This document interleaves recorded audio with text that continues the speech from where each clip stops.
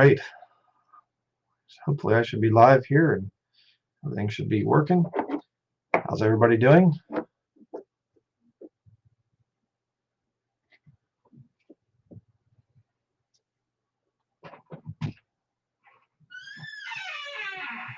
Just waiting here for my son to come in. So, right, come on in here. Really now. All right. Today we are going to be talking about a subject that's very much needed, whether you're on grid or off grid, and that is the issue of a toilet. What do you do for taking care of elimination of waste? Okay. And again, like I said yesterday, if you were tuning in yesterday, this is a big one where people will say, I don't want to move off grid because I can't stand going in an outhouse. Well, you don't have to. You can. There's some good points to an outhouse, which we will discuss today. But again, I have experience in all the different things well, I shouldn't say all of the different things I'm going to be going over, because there's a few alternatives to the regular flush toilet that I have not tried, but I have tried a lot of them.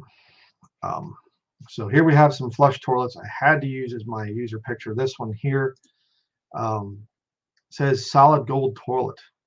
So Winston Churchill's family palace or whatever else, a solid gold toilet. That's called a ridiculous expenditure of money right there, if I've ever heard of one. Just insane. Can't even fathom that. Okay. I have seen off-grid places that actually have put in flush toilets. I've known of some. There was one actually, some people we knew, and they had a flush toilet in they had a little bathroom house thing. They had a flush toilet, and in order to use it, you had to fill the tank part up here in the back. You had to fill that up with, water, and then you could go in the thing, and then you could flush it.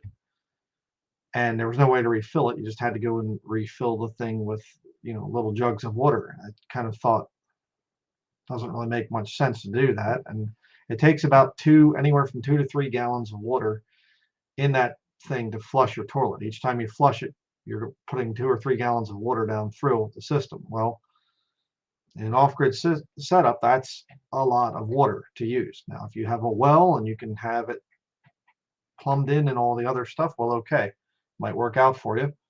But the flush toilet system, all right, you can see, of course, how the whole thing works in there and whatever else, and very familiar way. There's different ones. There's some variation between them, but this setup right here, this one's not quite the same as what I've seen. The old flapper type right here, like this one, where you have this little flapper thing here, and the water comes up in here and it floats, and then it shuts this whole thing off, and the flapper goes shut after it's done. It comes up when you flush. It's connected to this little thing, the handle. You push down on that, and the little thing comes up, and all the water drains out, and then it flops back down again after the water goes down to a certain level. This little thing pushes down on it and shuts it off. Problem is, sometimes they can stick.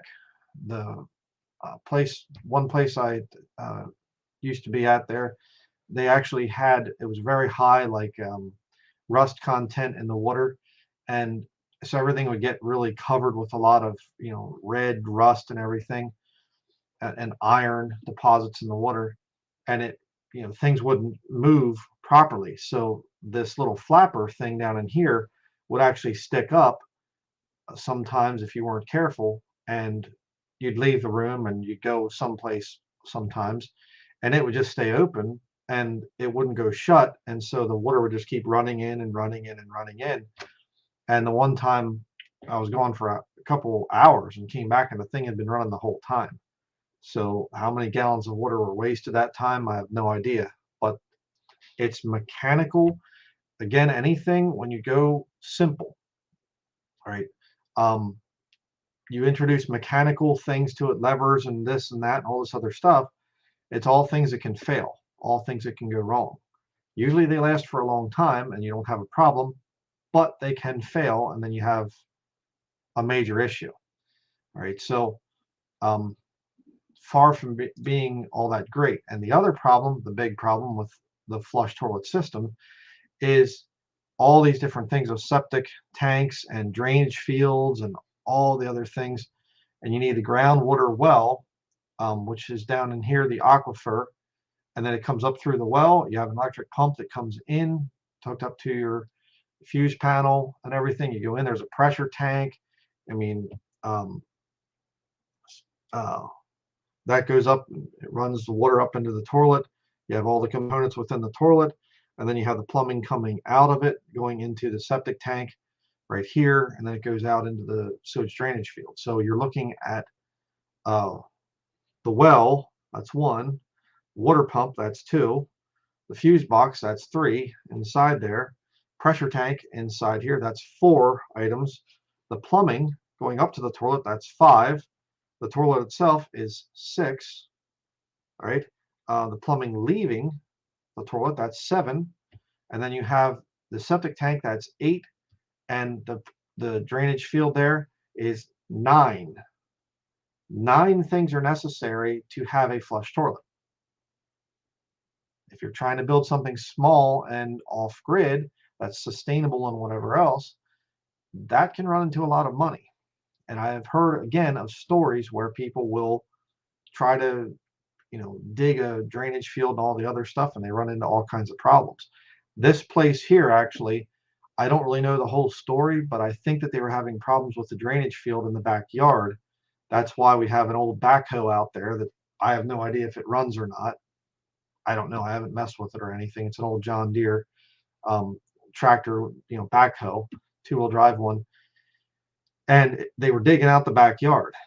And I'm assuming it was probably because there was a problem with the septic system. I don't know. We do have town water here, but I don't think that there's town sewage. I think that's private sewage is the way it works here. But you buy some remote property somewhere or some land, and you have to put in 9 different things to make a flush toilet work. Is it really worth it? How many thousands of dollars are you going to be spending? Are there alternatives? Yes, there is. The good old outhouse. I've used plenty of these in my day. You can do all kinds of stuff with the outhouses. I've been out in outhouses during the winter and things. I actually had a friend that had a outhouse that his dad worked at a Tyson, chicken food manufacturing plant, and they actually had one of the old freezer doors, the old stainless steel freezer doors, and that album, give me that album over there, the one big black album on top there, and they actually had a freezer door for the outhouse. See if I can find that picture quick. Okay. But it was very secure inside there. We used to always joke and say it was an old single wide trailer was the cabin, and the outhouse door was this freezer door thing. And yeah, there it is. See if I can get this picture out of here. We used to always joke and we'd say if there's ever some kind of a crazy bear attack or something like that, head to the outhouse would be more secure than the cabin. So see if I can get this picture out of here. I'll tell you what, let me stop sharing my screen here for just a minute. Okay, now let me see if I can hold this up there.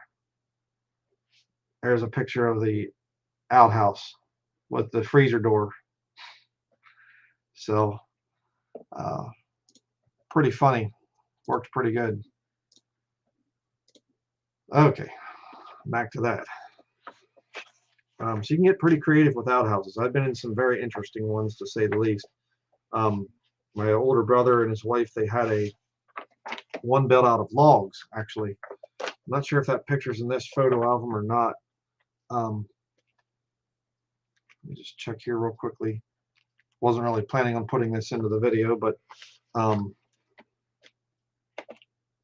No, it's not in that one. But there you go. Thank you. Um, but yeah, outhouses. I was in one in Honduras. It was just a cement tube coming up out, and you had to sit on top of the thing. And this little tiny wooden box, and out there in the jungle in the middle of the night, I'm thinking scorpions, tarantulas, possible snakes. Not very fun, but um, a lot of the national parks you go to, those they'll have outdoor toilets like that. Basically, they're just outhouses. And what's an outhouse? An outhouse is just a hole dug in the ground, sometimes lined with cement, other times just dirt. And don't look at that right now. Don't look at that right now. My son's in here today, so I'm going to be talking a little bit to him. But uh, sometimes you can just basically have a dirt hole with a wooden thing built on top of it. Some of these old ones, probably that's what it was. Ones that might just be for decoration. I don't know, but I've seen them in this type of shape almost. And you go in there and it's just a hole, and you just, after it's filled up a little ways with waste, you just dig it up and you take it out. Some of them have been pretty smelly, pretty bad. Other ones, people will put like a ventilation system in. You can kind of see, that's not a real good picture, but you can see like that one there. You can see that they have that PVC pipe going up through with a little black painted thing up top there, so that gets a lot of the smell out of it.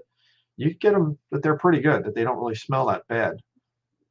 I've seen that. So, but there's a lot of different things that you can do. You go to Alaska, I know a big thing up there is they'll actually use the blue foam insulation instead of a toilet seat, because in the wintertime, the blue foam actually retains heat really well. So it's actually warm to sit on it when it's sub-zero outside and you have to go to the bathroom. So outhouses, flush toilet system, you have 9 parts to it. Outhouses, it's 1 part, and that's it. Very simple. What are the downsides to it? Well, some of what I've already said, but the other, you have to clean it out and everything, or else, or just move it. The other issue with it is the legal issue, of course, depending on where you're building. You might run into some trouble there. They might not want you to have outhouses and things on your property. If it's near a water supply or whatever else, that's not so good. It can leach into that. Some of the waste there. Um, uh, there's some issues. I mean, it's, in terms of another paranoia that people have, is that they think to themselves, well, you can have, maybe there'd be a snake down in the thing or inside it, or mice building inside of it or something like that. Not usually. Usually that's not a problem. Um, it's more just the thing with an outhouse is it is cold. It's not too much fun to go out in the middle of the night if you have to go really bad. Um, that's why a lot of old timers would actually have a chamber bucket, just like something that you could go in throughout the night, and then during the day you can go out there and dump it out or whatever else that you need to into the outhouse. The other issue is, of course, if it's not sealed perfectly and you have a lot of bugs in the spring and summer months, that can get a little bit annoying as well, as you're sitting there trying to go to the bathroom and the bugs are getting in. Like I said, if it's not sealed real tight, if there's some cracks in the door or whatever else, the bugs can get in and make it pretty miserable when you're going to the bathroom. So those are things to think about. Are there alternatives to the outhouse? Yes, there is. Sawdust toilet. I remember the very first time I heard of a sawdust toilet. There's a good picture of one right there. I thought to myself, I was Countryside magazine, I was reading it, and I read this thing about, sawdust toilet, and I thought, I was thinking, how do I was envisioning a regular flush toilet somehow that uses sawdust, that you could somehow flush things with sawdust. Completely clueless as to what it was. The way it works, right there, well, you can see it right here. It's just a 5-gallon bucket down inside of a wooden box with a regular toilet seat on top of it. And you go to the bathroom. You first put a little bit of sawdust in. You go to the bathroom in it, and then you flush by putting sawdust on top. We have also used ash, dry, not hot coals, but ash that comes from the wood stove. We also use that, and that also will seal off the smell. Um, you know, put hot coals in there, that'd be a problem. There's another type of toilet we'll discuss here where you know that would actually be similar to what it does, but we'll get back to that. But sawdust toilet, if you use the right type of sawdust, there's no smell, and I mean there's no smell. There might be the initial smell from what you would normally do in a regular bathroom. That, you know, this is a real fun talk today, but it's part of it. Um, you you know, once it's in there and the sawdust is on, not a problem. There's no smell, and you can go into a place that has a sawdust toilet and you wouldn't even know it's there. And we'll talk about how to get rid of the waste here in a minute, but I'm going to discuss sawdust here for just a little bit. There are different types of sawdust. Okay, I mean, you say, well, sawdust is sawdust, isn't it? Well, not really. There's dry sawdust, there's wood shavings, there's green sawdust, there's stuff that comes from, you know, like you would be using your chainsaw. That's probably one of the better ones, but there's different types of wood there and whatever. Some hardwoods don't really mask the smell as good as others, especially if it's green. Um, Other ones, I think probably the best one would be, you know, balsam fir, pine, spruce, like that, that comes from cutting with a chainsaw, getting that sawdust, or a sawmill or whatever else. I have seen cedar as well. Cedar's pretty good if you get the red cedar. White cedar is fine as well, but there's different types of things like that that are good. Some hardwoods just don't really mask the smell all that great, from our experience. And we've been doing the sawdust toilet thing now for probably 9 years, I think. So we've tried a lot of different ideas and whatever else. You can get bags, like a Tractor Supply, of dry pine shavings. We have a hardware store in town here. We actually get them from them. Um, just regular pine shavings. They're bigger flakes and whatever else. They work pretty good, and they definitely will absorb moisture much better. But then sometimes they don't really mask the smell as much if you don't use a decent amount of it. Um, if you use shavings that are too wet, they will work at concealing the smell of solids, but liquids, they will not absorb the liquid all that well. And so that's a problem. So, but now on to the uncomfortable question here. What do you do when the bucket's full? Okay. Uh, Everybody says, oh no, what about that? Well, take it out, put a lid on it, and then take it outside if it's not freezing outside, or someplace, if you have some place where you can keep it in the wintertime where it's warm enough that it'll stay okay. Then you put a new bucket in, put new sawdust in, and you wait till that one's full, and you take it out, and you do that, and then eventually you take it to your compost pile. Then what you do with that is you make sure that you have some dry leaves or whatever else in there, and make kind of a, you know, take a pitchfork and kind of get it into a area where it's sort of like a nest, if you will, where it kind of goes down in like a crater. And then you can dump your buckets down into that, and then you take some water, put some water in with a little bit of soap. You don't want any kind of antibacterial soap, because that kind of defeats the purpose of it being in a compost pile. But you clean out just like with a regular toilet brush, and you wash it out until the bucket's clean inside. Um, and you know, you say, well, so then the buckets don't ever smell. Well, after a while, they start to absorb some smell. It's not a really horrible smell, but you can definitely smell it. And what you want to do with that is store your buckets outside, upside down, so all the water, any remaining water, drains out of them, and they let them air out a little bit, and that smell will pretty much be gone. And then when you bring them in again, you go to use it, you put the sawdust in, you can't smell anything. So I'm talking a very faint smell here. Again, we have a lot of experience with this, so we've been doing this for many years. And is it fun? No, it's not fun.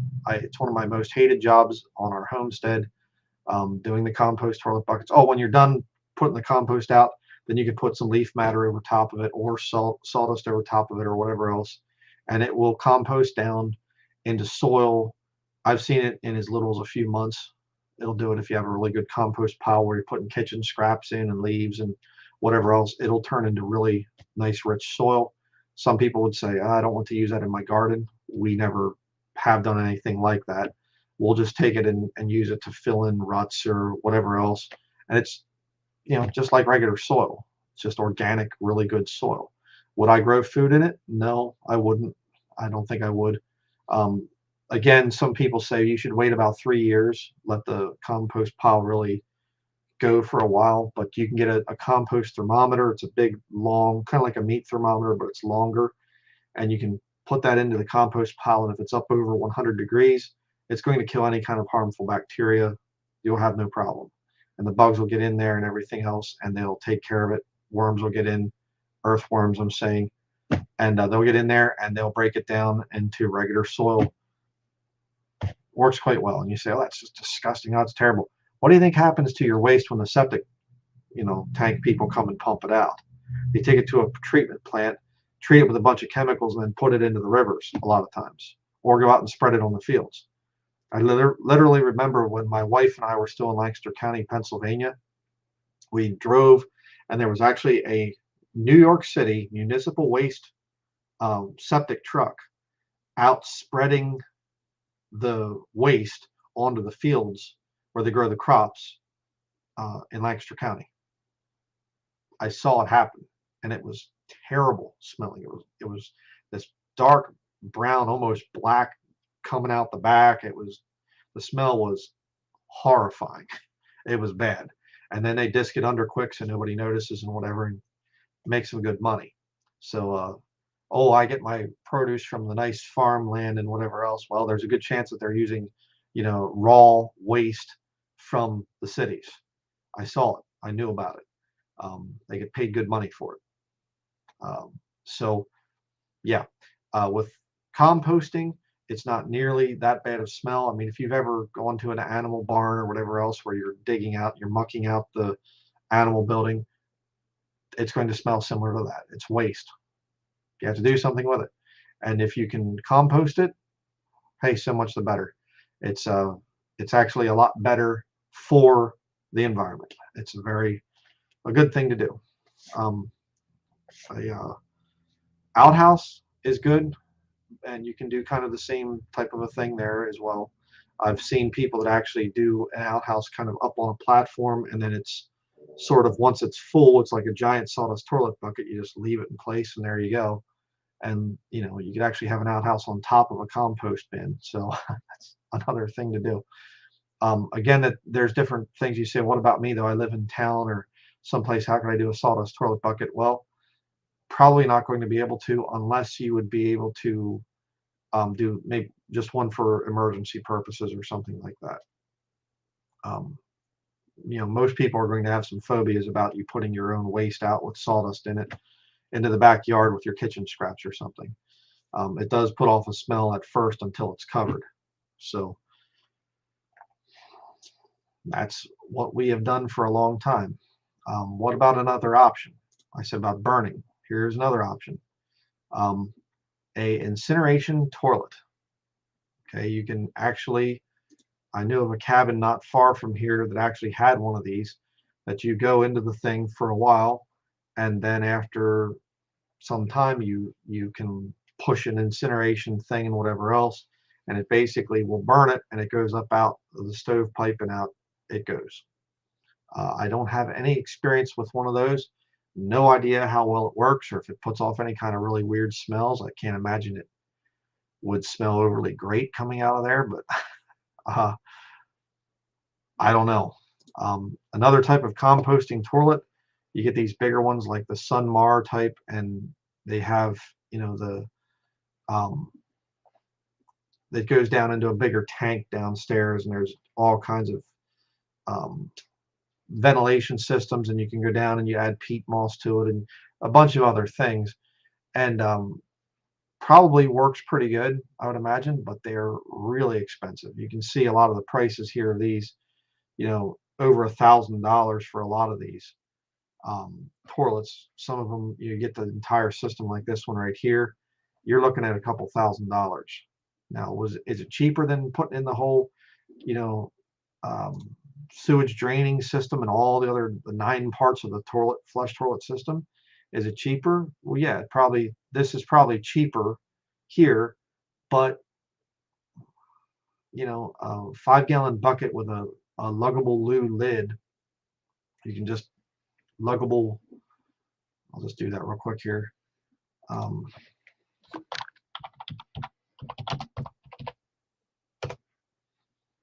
Okay, luggable loo lids right there, or you can get the whole bucket.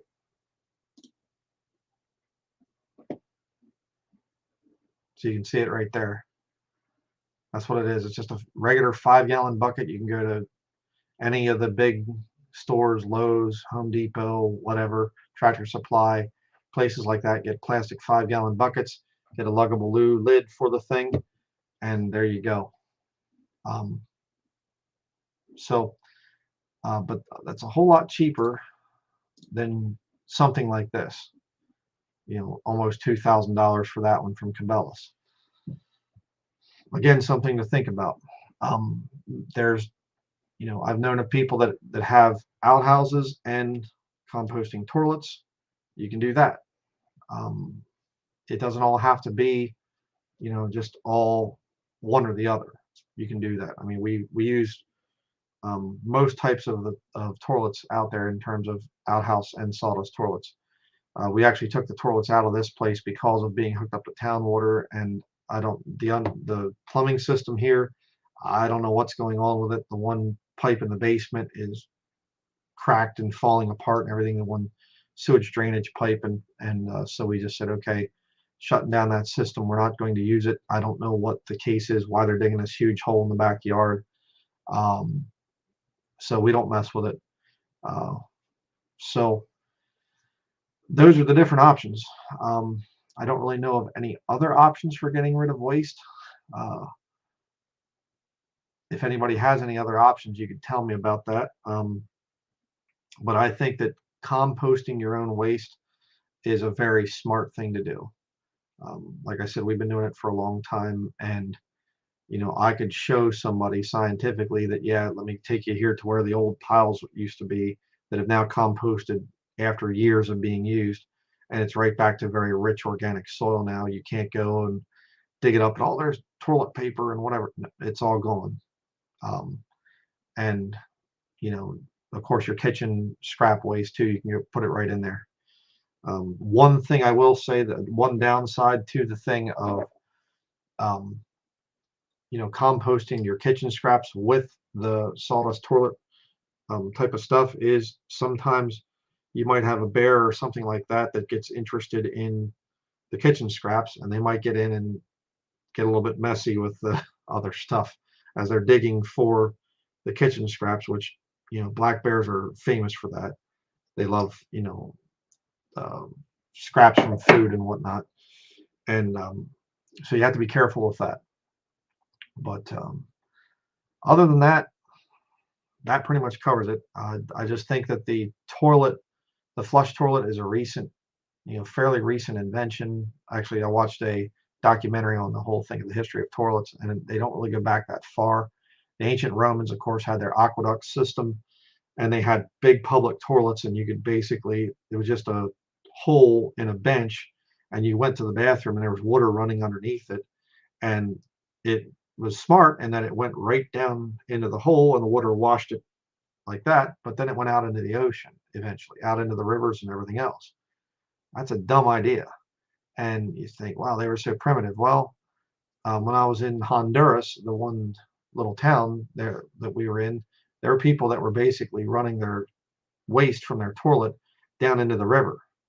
And then in other parts of the river, they're doing laundry. And, you know, just not a good idea. Really bad idea. So the flush toilet thing in off-grid systems, to me, just does not make sense unless you really love your flush toilets. And another thing I will say, sawdust toilets, they don't overflow. Okay, there's no need for a plunger because things get stuck in there. Okay, that's one of the big advantages. If you've ever had to plunge a toilet, it's, you know, it can be pretty bad. I've seen them overflow where they go up over the seat and down onto the floor and the whole deal. So it's not, oh, flush toilets are so much cleaner and whatever. Not necessarily. And if you are forced to, the power goes out or whatever else, and you're trying to go to the bathroom in your toilet and you can't flush it, if you have a flush one, I'm saying it can get pretty stinky. So, all of sawdust toilet would be gross. Well, when you compare it to certain things with flush toilets, not that bad. And I've seen people too, they're none of these are really elaborate, but like this one here, you can see has a little hinged, top on it like that. It almost looks like a regular flush toilet, but then you would lift that up and that's where your sawdust would be kept in here. I've seen people do that. It's pretty neat how they do that. But you can really get, some neat, like there's one, more of a really stylish, nice wooden one there. And you can really make some nice, flush toilets. Use your creativity and whatnot. So, all right, we will go to questions now. Anybody have a question? I see one here I can answer. Question: have you heard of a YouTube video called Ice Age Farmer Channel? I think is what you mean by that. Talks about global food shortages. Yeah, I've seen some of his stuff. He puts out some pretty decent things. I don't know much about him. I can't recommend one way or the other. But yeah, I've seen some of that. And global food shortages, yeah, there's a lot coming with war. It's interesting if you study the book of Revelation. The first rider is the white horse rider released in Revelation chapter 6, and he goes out conquering and to conquer. The second is war, the red horse rider. The third is after war. The third rider is famine. And then after him is the pale horse rider, and death and hell are on him. So famine, death, and hell follow war. If we have a lot of war this year, which looks like that could be happening with the whole Russia-Ukraine thing, it's going to lead to a lot of famine. So it'd be a good thing for people to get familiar with things. I mean, the luggable loo thing that I showed earlier, that thing right there, the luggable loo, they're not that expensive. What, it's $38.50. It's actually gone up. They used to be about $20 or something. I mean, you can even get an old, like if go back to these, you can get an old toilet seat and just make a wooden box out of plywood or something, put the 5-gallon bucket down in it, and you can do it for even cheaper. 5-gallon buckets aren't expensive. And if the power goes out and you have no other choice, well, there you go. Good thing to do. Can you just use regular dry dust soil from outside instead of sawdust? Well, anything basically that would cover the matter and absorb a little bit of moisture, you could probably get away with. We tried leaves the one time, dry leaves, and it didn't really work all that well. Question: Earth chips solve the flush toilet problem, including the black water. Has been tested for over 29 years. Posted a link earlier in chat. Yeah, the earth chip thing, there's a lot of stuff with them that they come up with, and they can recycle some of the flush toilet system and whatever else, and it goes out and excess of fertilizer and whatever else, which there's some neat stuff too. There's question just came into this: where do you get the sawdust? Well, if you're cutting firewood, you can use it, from there. There was actually a remote lake that we go to sometimes, and there was an old sawmill, I guess, there, and they have this gigantic, huge, big pile of sawdust that's still there. And so we were getting actually some of our sawdust from there. The problem with that is being a little bit wet because it's out on the ground in a big, huge pile. It doesn't really absorb all that great. So you want your sawdust to be able to absorb moisture, but yet cover solids is what you want there. But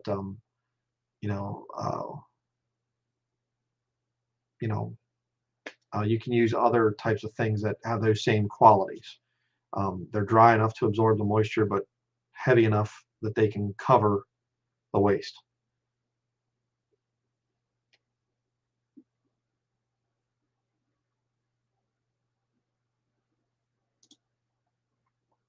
In the military, they put plastic bags in the buckets and then throw the waste out with the regular trash. Yeah, you could do that.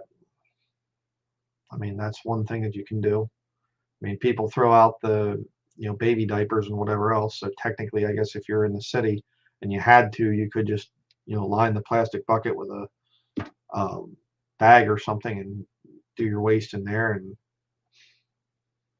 might not be that great, but it works. Question: you can incinerate the sawdust waste. Posted video earlier in chat. Actually, in Vietnam, during the Vietnam War, a lot of the soldiers, they would actually, I can't say the word that they would use, but they would burn the waste, and they would put kerosene down into the outhouse, down into all the thing there, and then they would burn it. And another thing that you can do to incinerate it. Have you used the biodegradable bags in your bucket at all? No, we haven't.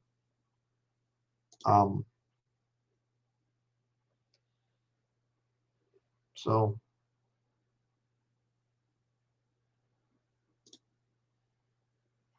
is there any insight on Israelite farming tactics? No, I don't really have any of those. There's some stuff in the Old Testament about some of their, animal husbandry, but there's not a whole lot that I can think of off the top of my head about actual gardening type practices and things that I can think of.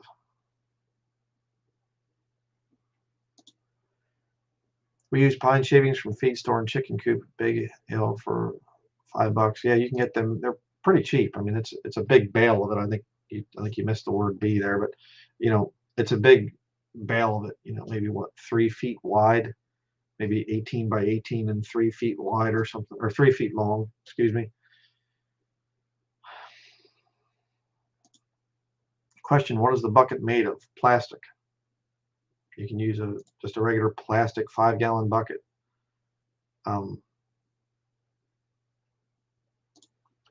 Question: would you consider doing videos on Earth ships? I have resource I can share.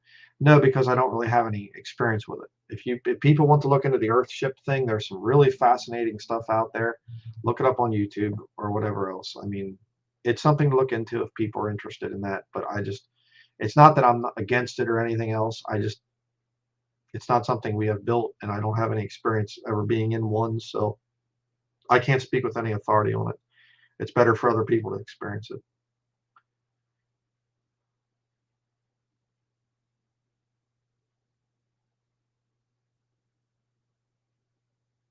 So does anybody else have any other questions?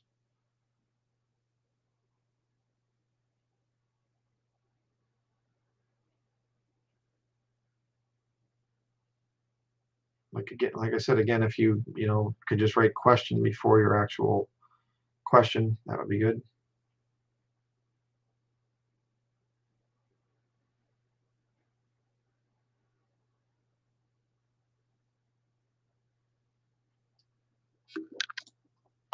Oh yeah, okay. What about toilet paper?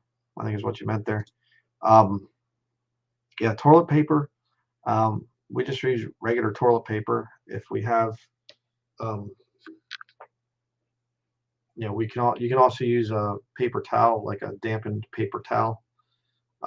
Toilet paper substitute or anything else. I don't know. Some people used to actually use an old catalog or an old paper from a book or whatever else. So you can use, if you're out in the woods and you have to really go bad, you can use dry leaves.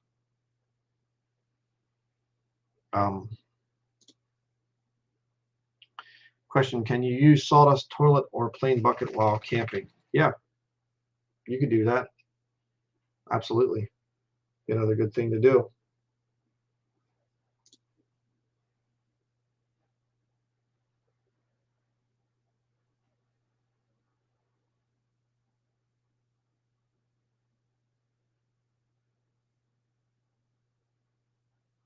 Does anybody else have any other questions?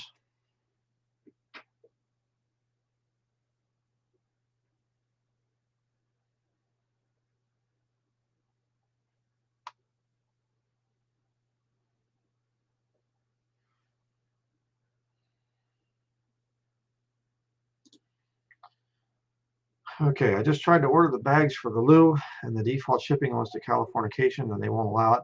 I changed it to Montana. Huh, interesting. Find that interesting that they wouldn't allow the bags and things to be sent there to California. It's supposed to be green and all that. Have you seen the Chinese toilets that fall into a pig pen and have them eat up the waste? No, I haven't seen that. That's pretty bad. I don't think that would be a good idea. Question: how often should you move an outhouse location? Well, that it's pretty much if it would get full and you don't want to clean it out, well, then you'd probably want to move it at that point. Question: saw someone use PC fan to vent out the smell. Well, you probably could do that. It'd be nice and quiet. So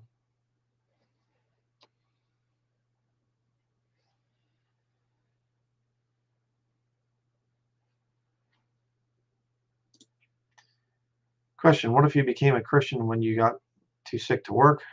Jesus literally brought me to my knees. Now I live in the city by myself. Sometimes it's even hard to leave the house. Well, it's something that you have to get your health in check. You have to start learning how to detox. And, um, I have come from a very toxic past.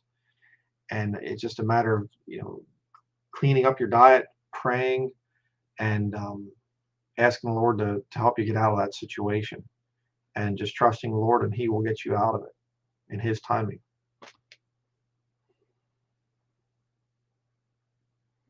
I'll answer that one quick. Question off topic. Any thoughts about Jason Cooley, Old Pat's Baptist Church? I used to listen a lot, but not much now. Yeah, he got mad at me because I came out with a study called The False God of Post-Trib Christians or whatever else, and he called me an idiot and a bunch of other stuff. And so I never really bothered with him or anything. I heard somebody say the one time that he thinks I hate him or something like that, which no, I don't hate him. I don't really know much about him.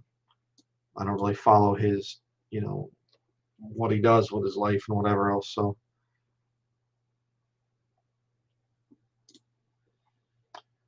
any books on how to compost this type of waste properly that you recommend? There's a Joseph Jenkins or Jerry Jenkins or something, the Humanure Handbook. I don't really recommend the guy because he's into some really weird religious belief type of things, but it's really not that difficult. I mean, there's plenty of stuff online. You can look up some things. Plenty of people, did really good detailed videos about how to properly get rid of your sawdust toilet waste. So, not very difficult.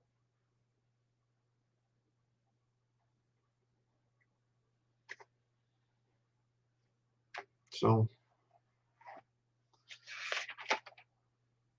let's see here what the next one's about. If anybody else has any other questions, you can go ahead and write them. I'll try to get to them here in a minute. And then we have 2 more seminar videos to do yet. One will be on how to fail at off-grid living. That's the next one.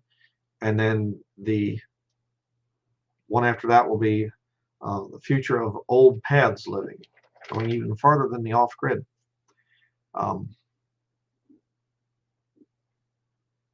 Okay.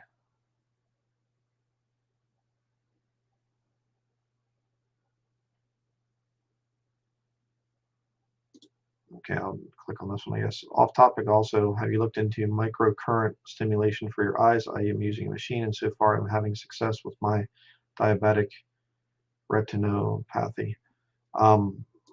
Never heard of it.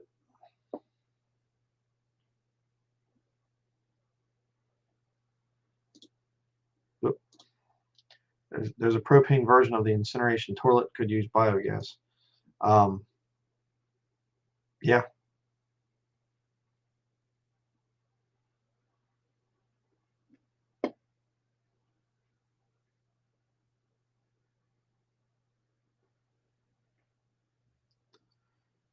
So does anybody else have any other things to add?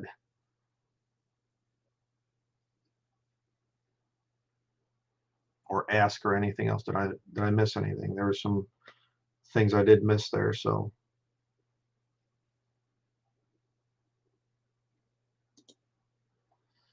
I have an off-topic question too. What do you think will make the world persecute the Jews badly as the years go by?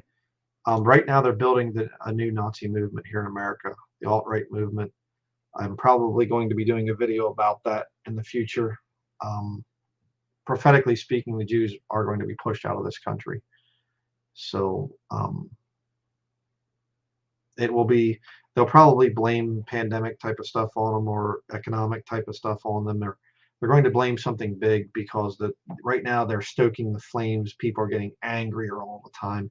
You can just feel it when you go out in public around people. You can just feel that anger is building.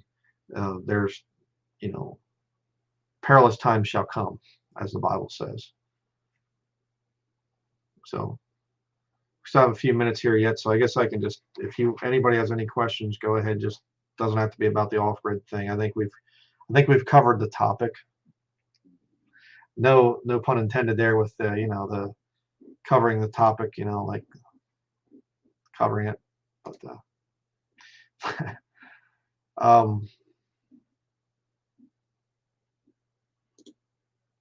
question: what do you take about Ukraine? Whoops, excuse me there. The whole thing with Ukraine. I would say one of the biggest, probably the two biggest prophecies for the end times in the Bible would be the rebirth of Israel and the return of the Jews to their land and reestablishing their culture and their language and everything else in preparation for the Lord revealing himself to them, Book of Revelation. But then the most significant prophecy after that would be the mark of the beast, because it's the first time in history that you have something that somebody can take and God will not forgive them when they take it, which is really amazing to think about. And how do you bring the mark of the beast in? You have to destroy the economies of the world. You have to crash the dollar. And, I think that's part of what this whole Ukraine-Russia thing's about. That's going to do a lot of bad things to this nation, to America, and to all other countries. If we go into World War III,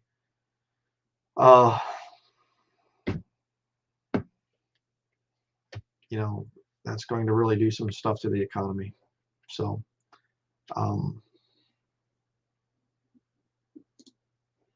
question: are you aware that Russia controls 70% of the fertilizer? They signed an agreement with Brazil. No, I didn't know that, but that's kind of what I'm saying here. There's a lot that Russia controls and has a big hand in and whatever else. And, I think the other problem is that now that Russia's going after the Ukraine, there's a lot of talk I'm hearing of possibly China now going after Taiwan. And so,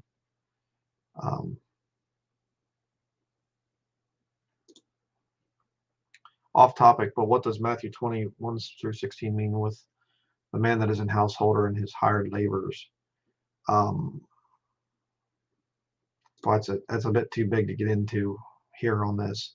I can't really we don't have much time left in the live stream here before I need to shut down. That's that's more of a sermon type of a thing there.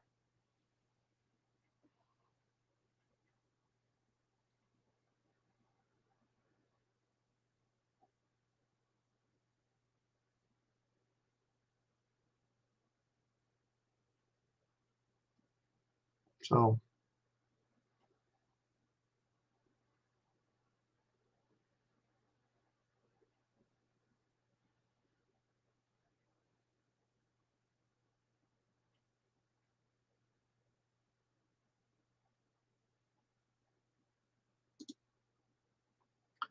question: how should a Christian fight in a World War III? Well, mostly on your knees, I would say. Praying. That's what is going to be most important. I would not join in any kind of a military thing. At this point in time, you have to remember that the elites, there's two things that they're two most important things that all ties together a lot of the conspiracy stuff. Number one, they want to slow down the birth rate. Number two, they want to reduce the population. You look at the Georgia Guidestones if you want proof of that. You can look into a lot of other things. And, you know, a lot of the conspiracy writings, they go back to those two things. And war will take care of both of those, as will famine and a bunch of other things too. Slow down the birth rate and depopulate. Just remember that. So you go into a war and you volunteer for the military or whatever else, um, they're probably going to be killing off a lot of people, sending troops into battles that don't make any sense and whatever else. I mean, study the wars of the 20th century in America, especially, you know, that the American soldiers fought in, and just ridiculous nonsense, sending them into battles that they can't win and getting just slaughtering, you know, a bunch of men and things. So don't join the military. I've been warning people about that for a while. If you're in the military, get out of it.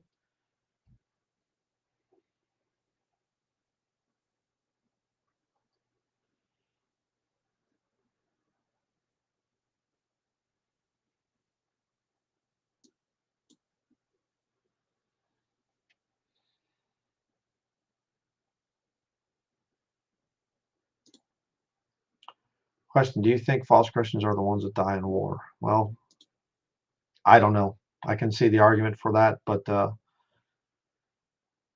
and I don't know. Did you go to any churches where the men and women face each other and the preacher is not facing either of them? Eastern European Anabaptists do this, and I found that Amish do as well. Yeah, I've never been to any churches like that. The Amish definitely do that. Um, good good quote here, sister. My grandmother once said, "War is old men talking and young men dying." Very well put.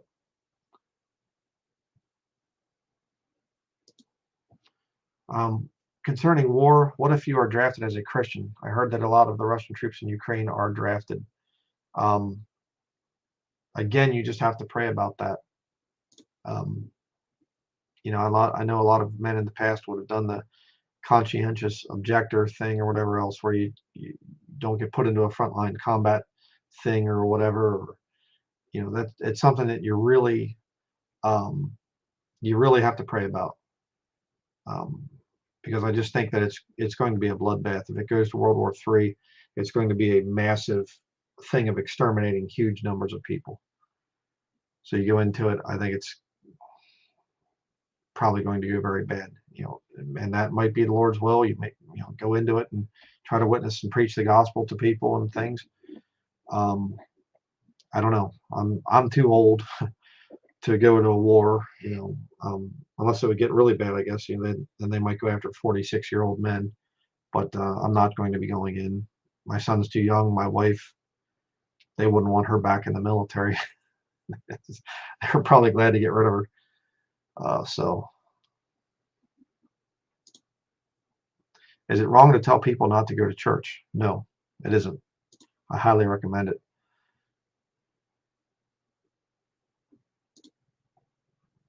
Did you know that Zechariah 13 says 2/3 of all the Jews will die in Israel and 1/3 will be saved by the Lord Jesus Christ at the Battle of Armageddon?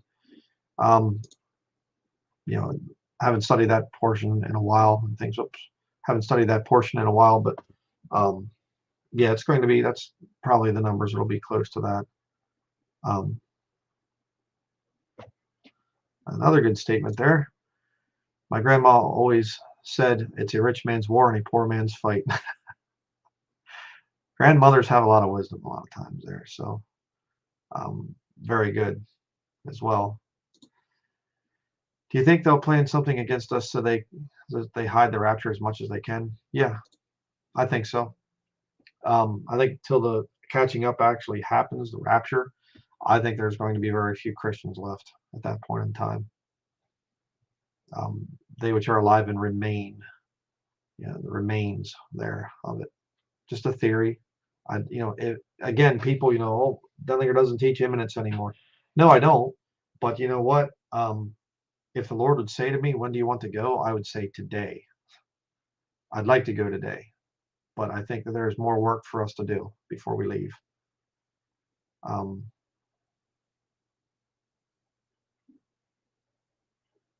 so, question: can someone deny eternal security and still be saved? Well, which dispensation? You know, which dispensation are we talking about here? in the future somebody goes into the time of Jacob's trouble and they take the mark after they profess to be saved, well, no, they're not saved.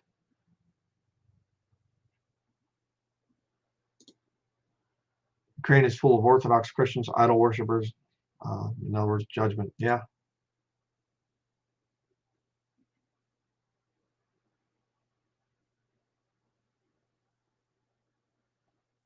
So,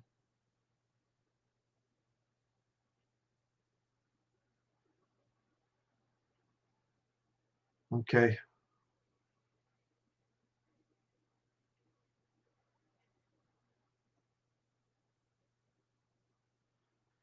All right. Anybody else have any questions?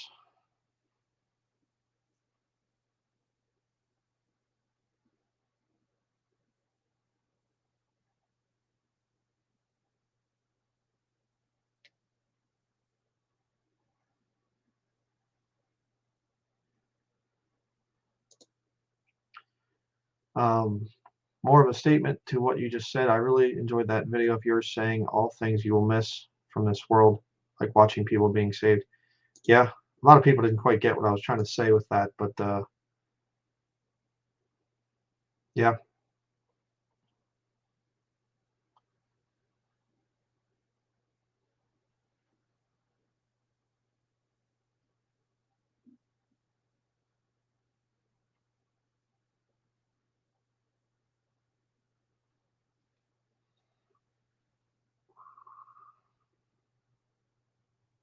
So does anybody else have any questions? If not, I guess we'll close this one down.